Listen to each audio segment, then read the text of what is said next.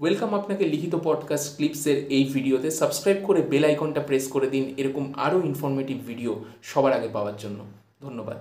হচ্ছে যে mock test কতটা জরুরি একটু যদি ইলাবোরেট করেন, বা আপনি কতটা দিতেন? সব থেকে জরুরি মক টেস্ট অবশ্যই, কিন্তু প্রিপারেশন একটা ফেজের পর। তুমি প্রথম থেকেই না, প্রথম থেকে তোমার একটা জিনিসের টোটাল, হয়তো তুমি সিলেবাসই যাও, তুমি মক টেস্ট দেওয়া শুরু করলে অবশ্যই আশানুরূপ ফল হবে না, তখন তুমি ডিমোটিভেট হবে। যখন তোমার প্রিপারেশনটা মিনিমাম 1-2 বার কমপ্লিট, টোটাল সিলেবাসটা বললাম আমি যে ওই রিভিশনটা ফার্স্ট, হুম, যখন মিনিমাম হুম, 2 বার কমপ্লিট, তখন থেকে তুমি মক টেস্ট দেওয়া শুরু করো। আর অবশ্যই মক টেস্ট দেওয়া জরুরি, আর রেগুলার বেসিস। আমি যেটা করতাম, প্রতি সপ্তাহে লাস্টে মক টেস্ট দিতাম। আমার একদিন দেখা থাকতো জাস্ট মক টেস্টের জন্য, সেটা আমি অবশ্যই হুম, নিজে করতাম।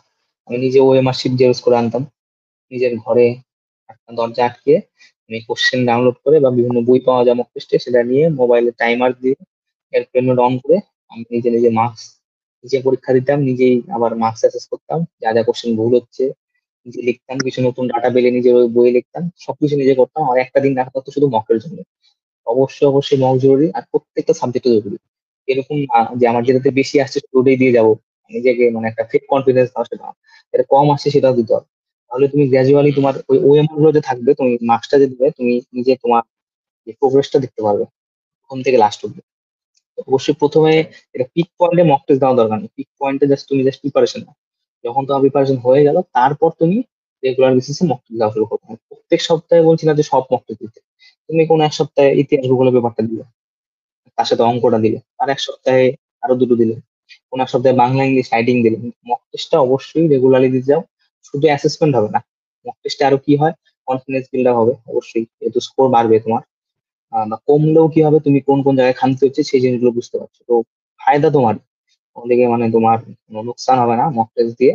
যদি যদি স্কোর বেশি হয়, বাড়ে, তাহলে অবশ্যই তুমি পজিটিভিটি পাচ্ছ, একটা মোটিভেশন পাচ্ছ। কমলেও কোন কোন জায়গায় হচ্ছে তুমি বুঝতে পারছো। আর একটা জিনিস যেটা হবে, নতুন নতুন ইনফরমেশন পাবে। বইয়ে যা তুমি পড়ে আসছো এনাফ না, মক টেস্টে গিয়ে এত রকম কোশ্চেন পাবে, তোমার কোশ্চেন ব্যাংক আরো সমৃদ্ধ হবে। এটা তুমি এমসিকিউ তে করতে যেসব জিনিস নতুন হচ্ছে, তুমি বইয়ে লিখছো, মক টেস্টে যদি সেরকম নতুন কোনো কোশ্চেন পাও, সেটা তুমি নোট করো তোমার ওই বইয়ে। হয়তো ইতিহাসের কোনো একটা কোশ্চেন পেলে একদম নতুন, মক টেস্টে কোনো বইয়ে নেই, সেটা তোমার গেইন একটা এক প্রকার, সেটা নিয়ে তুমি তোমার ইতিহাসে নোট করে দেখো। এই জিনিসগুলো মক টেস্টের মাধ্যমে, মক টেস্ট দিলে তোমার ধরো আরো একসাথে আরো একটা দুটো এমসিকিউ বইও সলভ হয়ে যাচ্ছে, প্লাস কনফিডেন্স বিল্ড আপ হচ্ছে, প্লাস পয়েন্ট গুলো ধরতে পারছে। মক টেস্ট অবশ্যই জরুরি, সার্টেন টাইমের রেগুলার।